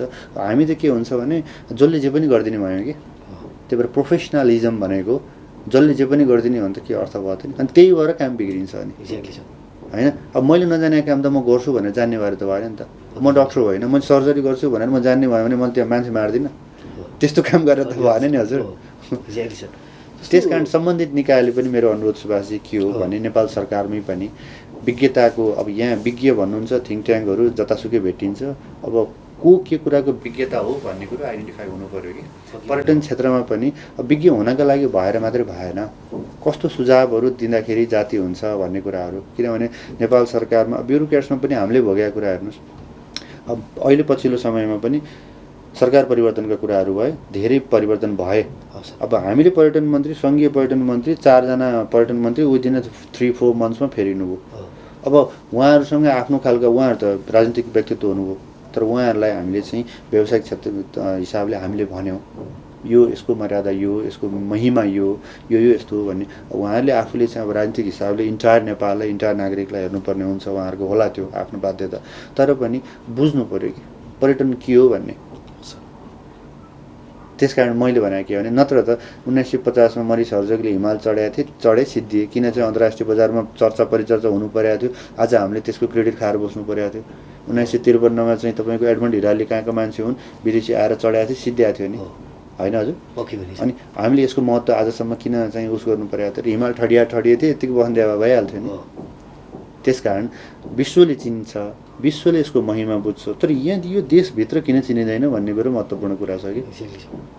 तर हाम्रो अनुरोध के भने सम्बन्धित निकायहरूलाई, नेपाल सरकार, प्रदेश सरकार, ब्युरोक्रेट्सहरू, अनि त्यसपछि सम्बन्धित निकायहरू, स्थानीय सरकारहरू सबैलाई यसको महिमा कृपया बुझिदिनुहोस्। पर्यटन भन्ने बित्तिकै केलाई हो त नि पर्यटन भन्ने। त्यही भएर मैले सधैँ भन्ने गरेँ, एउटा सानो साँगुरो घेराबाट पर्यटनको चाहिँ एउटा चर्चा परिचर्चा गरिनु हुँदैन। हामीले इन्टायर नेपाल नै हाम्रो पर्यटकीय एउटा चाहिँ त्यो एउटा थलो हो भन्ने कुरामा जानुपर्छ कि हामी। त्यही भएर अलिकति ब्रोड भएर सोच्नु आवश्यक छ सबैले। अनि सानो घेराबाट गएर आफ्नो यति काम गर्नुभयो भने पर्यटनको सबै काम हुन्छ है हजुर भनेर गयौँ भने त्यो सङ्कीर्ण सोचका साथ गएको हुन्छ। त्यसकारण अनि उहाँहरू पनि कसरी म्यानुपुलेट हुनुहुन्छ भनेको मान्छे राजनीति गर्ने नेतृत्वहरू म्यानुपुलेट हुनु हुँदैन कहीँ कतैबाट। उहाँहरूले समग्र इन्टायर त्यसको चाहिँ आफूले सक्नुभयो भने यसको भ्यालु बुझ्नुपर्छ। त्यसकारण हामी अहिले पछिल्लो समय अलिकति चाहिँ दुखी छौँ। पछिल्लो समय जब पेन्डेमिकबाट हामी यता आयौँ, किनभने सरकार भनेको अथवा सम्बन्धित व्यक्तित्वहरू भनेको कसैको एउटा चाहिँ उसबाट चल्नु हुँदैन। त्यसले इन्टायर सबै क्षेत्रलाई सम्बोधन गर्न सक्नुपर्छ, यसको महत्त्व बुझ्न सक्नुपर्छ। चाहे त्यो केन्द्रमा होस्, चाहे त्यो प्रदेशमा होस्, चाहे त्यो स्थानीय निकायमा होस्। हामीले स्थानीय निकायहरूलाई पनि बारम्बार भन्ने गरे, एक्साभेसन गर्नु भने मात्रै विकास गर्नु, तपाईँहरूको उद्देश्य एकमात्र उद्देश्य चाहिँ जनताबाट निर्वाचित भएर आएपछि एक्साभेटर डोजर चलाएर चाहिँ बाटो कच्ची बाटो खनेर धराप राखेर छोडिदिनु मात्रै तपाईँहरूको विकास हो भने त्यो त होइन नि। त्यसले तपाईँको चाहिँ दीर्घकालीन असर के गरायो, पर्यावरणलाई त्यसरी कसरी क्षय गरायो, वातावरणीय प्रदूषण कसरी गरायो त्यसले। अहिले भुछै हो मनाङमा चाहिँ तपाईँको चाहिँ पहिरो जाने ठाउँ त थिएन होला त। आजका दिनमा मनाङमा पहिरो गयो, भाडी पहिरो गयो, मनाङ लमजुङ जिल्ला त्यस्तो तहस नहस भयो। अब अहिले चाहिँ तत्कालै सोच्नुपर्ने भनेको त्यो बाटो पदमार्गको हिसाबले अत्यन्त महत्त्वपूर्ण, बेसीसरबाट मनाङसम्मको बाटो हिजोका दिनमा मोटर बाटोले त बिगारेको थियो, आज बाढीले पनि बिगार्नु भ्यायो। अब त्यसको तत्कालै रिभाइभका लागि त्यहाँ एउटा कमसेकम एउटा बाटो जाने मान्छे हिँडेर जाने बाटो छैन। भोलि टुरिज्म आउने बित्तिकै अब आज पर्यटक एयरपोर्टमा झरेर भोलि तुरुन्तै हामी अब बनाउँछौँ है बाटो भनेर हिँड्नु त साध्य हुँदैन। भनेपछि हामी त्यस्ता खालका कुराहरूमा योजनाबद्ध ढङ्गले किन लाग्दैनौँ। व्यवसायीसँग सहकार्य गर्दा पनि हुन्छ, हामीले पनि ती कुराहरूमा सरकारलाई सहयोगै गर्ने हो, हामी सहयोग गर्न तयार छौँ। होइन। भनेपछि हाम्रा साथीहरू सहयोग गर्नु तयार, आज हाम्रा मजदुर साथीहरू बाटो बनाउनलाई तयार हुनुहुन्छ, हामीसँग त्यो सङ्ख्या पनि छ, हामी गर्छौँ त्यो काम होइन, हामी गर्छौँ त्यो काम, तर त्यसलाई इम्प्लिमेन्टमा त लानु पऱ्यो नि। हामीसँग चाहिँ करिबन चाहिँ 2-4 हजार मजदुरहरू त पर्यटन क्षेत्रकै पदयात्रा क्षेत्रकै यहाँ हुनुहुन्छ, उहाँलाई माया छ पदयात्रा क्षेत्रप्रति, उहाँहरू अहिले काम नपाएर बस्नु भएको छ। भनेपछि यसले दुईवटा कुरा हुन्छ, उहाँले काम पनि पाउनुहुन्छ, त्यस पछाडि तपाईँको उता बाटो पनि बन्छ, कति राम्रो कुरा छ। अनि हामी यस्ता कुराहरूलाई इम्प्लिमेन्ट गर्न आनाकानी गर्छौँ। त्यस कारण पनि अनि हामी यस्ता कुराहरूमा पनि स्थानीय निकायहरूमा जान खोज्छौँ, अथवा स्थानीय पनि गर्ने हो, सबैले गर्ने हो गरेदेखि त, तर यसको गोल भनेको, यसको उद्देश्य भनेको त फेरि पर्यटनबाट बेरोजगार भएका मजदुरलाई रोजगार दिने भने होला नि त, त्यो गोललाई मिट गर्नुपर्ने होला नि त फेरि होइन। त्यस कारण पनि यस्ता विषयहरूमा अलिकति चाहिँ सरकार जिम्मेवार बन्नुपर्छ, जिम्मेवारीपूर्वक हेरिनुपर्छ। र पर्यटन भन्ने बित्तिकै पर्यटनमा के कुराहरूले महत्त्व राख्ने रहेछ त नि इन्टायर टुरिज्मलाई। जे सरकारबाट हेर्दाखेरि त वैदेशिक पर्यटनलाई नेपाल कसरी भित्राउन सकिन्छ, अन्तर्राष्ट्रिय विदेशी मुद्रालाई नेपालमा कसरी भित्राउन सकिन्छ, व्यवसायको दायित्व त त्यो होला नि त। हामीले अन्तर्राष्ट्रिय मुद्रा नेपालमा कति भित्राउन सक्यौँ, अन्तर्राष्ट्रिय मुद्रा नेपाल भित्राउन महत्त्वपूर्ण योगदान पुर्याउने क्षेत्र के रहेछ, पदयात्रा क्षेत्र रहेछ कि हिमाल रहेछ कि अथवा अन्य के रहेछ कि, अनि त्यो पनि त महत्त्वपूर्ण पार्ट। यहाँ पर्यटक आइसके पछाडि अनि पर्यटकले गर्ने गतिविधि त स्वाभाविक बन्ने होला नि त। अन्तर्राष्ट्रिय पर्यटकलाई नेपाल भित्राउन महत्त्वपूर्ण योगदान पुर्याउने क्षेत्र कुन रहेछ, त्यो व्यवसाय के रहेछ, द्याट इज भेरी इम्पोर्टेन्ट। त्यो कुरामा नेपाल सरकार गम्भीर बन्नुपर्छ, न कि यहाँ चाहिँ अब आइसकेका पर्यटकहरूलाई कसरी चाहिँ कहाँ के गर्ने भन्ने तानाबानामा मात्रै सरकार भुल्यो भने त्यो चाहिँ गलत हुन्छ होइन। त्यही भएर मैले भने विषय चाहिँ त्यस्तो गम्भीर विषयलाई चाहिँ सूक्ष्म रूपले अध्ययन गरेर त्यसमा चाहिँ उहाँहरूको एउटा परिपक्वता पुग्नुपर्छ। त्यसमा सहयोग गर्नका लागि हामी व्यवसायहरूले सहयोग गर्छौँ, हामीले हरेक क्षेत्रमा सहकार्य गर्छौँ। अहिले अलिकति त्यो एउटा अल्छी भएको कि अल्छीपन एउटा आइरहेको कि भन्ने पनि भयो सुशीलजी। हुन त एउटा साधनको कुराहरू पनि एउटा चाहिँ विकास पनि क्रमबद्ध रूपमा अगाडि बढिरहेछ। जस्तो आम मानिसहरूलाई एउटा भनौँ न एउटा पदयात्राको लागि चाहिँ आह्वान गर्नको लागि के भन्न चाहनुहुन्छ, र यसको पदयात्राको फाइदाहरू के हुन्छ सर? स्वास्थ्यको हिसाबमा पनि फाइदा छ सर होइन, फाइदाजनक छ। थोरै हाम्रो दर्शकहरूलाई केही बताइदिनु यति बेला। अनि पदयात्राको महत्त्वको बारेमा त अब नेपालमा अलिकति हाम्रो आन्तरिक रूपमा कस्तो भने हाम्रो भूगोलै त्यस्तै भएको हुनाले होला सायद। गाउँमा जन्मियो, म पनि गाउँमा जन्मियो हो, गाउँमा जन्मियो, कुटो कोदालो उकालो ओह्रालो हामी गऱ्यौँ, त्यस कारण हामीले त्यसलाई महत्त्वमा त्यति राखेनौँ कि भन्ने हो। तर एउटा चाहिँ पदयात्रा भन्ने बित्तिकै अथवा चाहिँ यो प्रकृतिसँग रमाउने होइन, त्यसपछि तपाईँ पहिलो कुरो त तपाईँ यात्रामा किन निस्किनुहुन्छ, तपाईँ बाध्य भएर निस्किनु त होइन होला नि यात्रामा होइन। तपाईँ एउटा चाहिँ एउटा प्लेजरको लागि होइन, एउटा चाहिँ अलिकति हिलिङको लागि पारिवारिक वातावरणमा अथवा चाहिँ आफ्नो चाहिँ एउटा साथीभाइको वातावरणमा म चाहिँ घुम्न निस्किन्छु, संसार चिन्न निस्किन्छु, बुझ्न निस्किन्छु। र एक ठाउँमा गइसकेपछि म त्यहाँबाट धेरै कुराहरू अनुभवहरू सङ्कलन गरेर लिएर आउँछु होइन। मैले यात्रा गर्दाखेरि मेरो जीवनलाई नै एउटा चाहिँ मैले चाहिँ इन्सपायर गर्ने खालको वातावरणहरू सिर्जना हुनसक्छ, त म मेन्टल्ली चाहिँ अलिकति चाहिँ त्यसमा उस हुन सक्छु भन्ने त्यो खालको उद्देश्यले। उद्देश्य धेरै हुन सक्छन्, हरेक मान्छेको आफ्नो आफ्नो उद्देश्य हुन्छ। कुन उद्देश्यका साथ ऊ यात्रामा निस्किन्छ त्यो उहाँहरूको आफूले बुझ्ने कुरा हो। तर जब यात्रामा निस्किसकेपछि तर नेपाल किन रोजाइ भन्ने हुन्छ। यात्रामा त तपाईँ पनि जानु होला, म पनि जाउँला। जस्तै म थाइल्यान्डको यात्रामा गएँ भने तपाईँको उद्देश्य र मेरो उद्देश्य फरक हुन सक्ला। र थाइल्यान्ड नै तपाईँको रोजाइमा किन पर्यो भन्ने कुरा त फेरि तपाईँलाई थाहा होला नि त त्यो कुरा त होइन। तपाईँ सिङ्गापुर जानुभयो भने तपाईँ सिङ्गापुर किन जानुहुन्छ भने तपाईँको रोजाइमा होला नि त। त्यसैले मान्छे नेपालै किन भन्दाखेरि त्यसको नेपाल भ्रमण गर्नुको उद्देश्यमा हामीले बुझ्नुपर्ने के हो भने इन्टायर टुरिज्मको डेटाबेसमा हेऱ्यो भने पनि हाम्रो यहाँको चाहिँ भूगोल यति यो क्षेत्रफलभित्रको हाम्रो भूगोल, त्यसमा पनि पदयात्रा र हिमालले आकर्षण गरेको अन्तर्राष्ट्रिय बजारलाई र हाम्रो सांस्कृतिक विविधता। हामी धेरै चाहिँ यति धेरै नेपाली चाहिँ दाजुभाइहरू कति मिलेर बसेको, जातीय द्वन्द्व हाम्रोमा छैन, यति धेरै धर्मावलम्बीहरू हामी छौँ, हिन्दुजमको महत्त्व, बुद्धिज्मको महत्त्व होइन। अनि हाम्रो प्राकृतिक विविधताहरू तपाईँ हिमालदेखि तराईसम्म आउँदाखेरि तपाईँको 8848.800बाट तपाईँ कति मिटर तलसम्म एउटै भूगोलमा पाइने होइन हाम्रो वन्यजन्तु वनस्पतिहरूदेखि लिएर यसको कति धेरै विविधता त अनेकता छ। त्यसकारण यो सबै विविधताको सम्मिश्रण भनेको हाम्रो देशको इम्पोर्टेन्स हो, हाम्रो देशको त्यसको त्यो क्वालिटी भ्यालु हो। त्यो भ्यालुलाई मध्यनजर गरेर अन्तर्राष्ट्रिय पर्यटनहरू यहाँ आउने हो र हामीले पदयात्राको महत्त्व त्यसरी चाहिँ विकास हुन्छ भन्ने कुरा हो। त्यसरी नै यो महत्त्व बुझेर नै हो नेपाल आउने। यहाँ आउँदा व्हाइट वाटर राफ्टिङ गर्ने कुराहरू, अब अरू एडभेन्चरका गतिविधिहरू। त्यसो भए नेपालका समग्र मान्छेहरू पोखरा किन आउँछन् त नि, गण्डकी प्रदेशमा किन आउँछन् नि, त्यसो भए तपाईँको वीरगञ्जमा किन जाँदैनन्, उदाहरणलाई धनकुटा किन जाँदैनन्, यहीँ नै किन रोजाइ भन्दा यहाँ त्यसको सम्भाव्यता छ। त्यसकारण अन्तर्राष्ट्रिय जगतले हेर्दाखेरि नेपाल सम्भाव्यता भएको भएर नेपाल आउने हो, नेपालभित्रको इन्टायर हेऱ्यो भने गण्डकी प्रदेश सम्भाव्यता भएको भएर यहाँ आउने हो नि त। हो त्यसलाई हामीले क्याच गर्न सक्नुपर्छ, हामीले त्यसलाई अर्थतन्त्रमा रूपान्तरण गर्नुपर्छ, त्यसलाई हामीले अवसरको रूपमा लिएर हामीले त्यसलाई व्यावसायिकरण गरेर चाहिँ त्यसलाई अब जतिसक्दो समुचित हामीले चाहिँ त्यसको उपभोग र प्रयोग गर्नुपर्छ भन्ने। अनि सुशीलजी हामी के गर्ने सर, समयले पनि नेटो काटिसकेको छ, धेरै बेर कुराकानी गर्न मन लागिरहेको थियो। सो हाम्रो भनौँ गोल्डन आई टिम लगायत हाम्रो सम्पूर्ण दर्शकहरूले जाँदै के भन्न चाहन्छ सर अन्तिममा सर?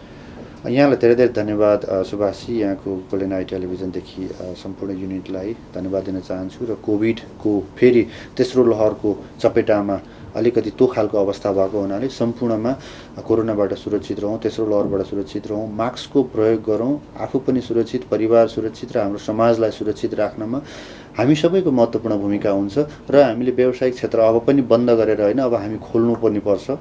खोल्दाखेरि हामीले यदि स्वास्थ्य मापदण्ड पूर्ण रूपमा पालना गरेर खोल्यौँ भने, र भ्याक्सिनका कुराहरू त आइरहेका छन्, भइरहेका छन्, मास्कको अनिवार्य प्रयोग र स्वास्थ्य मापदण्डहरूको समुचित प्रयोग गरेर त्यहाँ कुनै कमेन्ट गर्ने खालको बातबाट नगरिकन, भिडभाड नगरिकन हामीले त्यो खालको गऱ्यौँ भने यसले एउटा महत्त्वपूर्ण सन्देश दियो। हामी भुटान जस्तो हुन किन सक्दैनौँ, हामी ताइवान जस्तो किन हुन सक्दैनौँ, किनभने ती देशहरू त चलायमान भइरहेका छन् त। भनेपछि हामीले एउटा चाहिँ जिम्मेवार नागरिकको हिसाबले सबै नागरिकहरूले त्यो खालको एउटा चाहिँ वातावरण सिर्जना गरिदिनु हाम्रो पनि दायित्व हुन्छ, हाम्रो पनि भूमिका हुन्छ।